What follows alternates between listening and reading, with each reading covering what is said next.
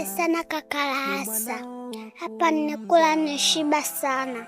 Una leo nzuri sana, Mungu akubariki. Malaika, usiwaze. Na kuhusu hicho chakula nilichokupatia ni kitu kidogo sana. Kuna vitu vingi sana nitakupatia. Ondoa shaka. Sawa? Sawa kaka Lahasa. Lakini mamangu angekuwa na leo nzuri kama yako, ningeishi vizuri pale nyumbani. Maana baba ananipenda, mama anipendi. Malaika, upaswa kabisa kuongea maneno kama hayo. Unapaswa kutambua yule ni mzazi wako.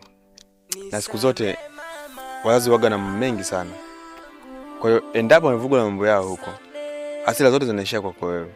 Kwa hiyo mimi cha kukushauri tu, usimchukie mama yako wala usione kwamba anakutesa. Na hiyo sio mara ya kwanza nakwambia Malaika. Tumeelewana? Sana nakuelewa. Lakini kaka, kuna kitu nataka nikuulize. Haya, niulize swali gani hilo? Nilitaka kuuliza kwamba ipo wapi ifi yangu?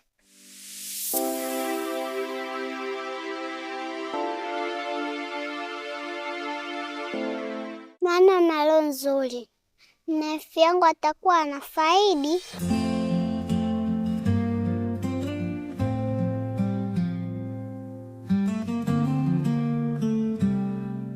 Samahani kama nimekosea, mimi nauliza tu.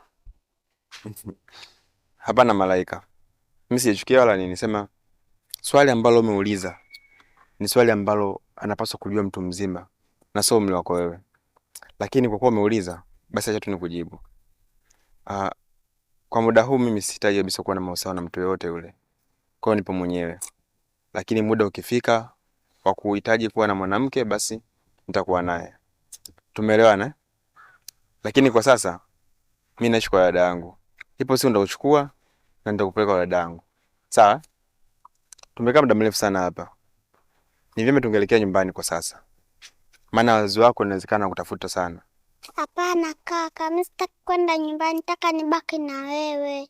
Maana nikienda nyumbani mama atanichapa.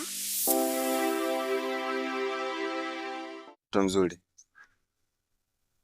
Kwa muda huu hutaki kabisa kukataa kwenda nyumbani. Kwa sababu wazazi wako wanakupenda sana. Na isitoshe, hutaki kumwogopa mama yako kabisa. Mimi nakuomba tu twende nyumbani. Lakini kila siku saa 10 jioni itabidi tukutane hapa. Tumeelewana? Sawa, naelewa. Haya twende.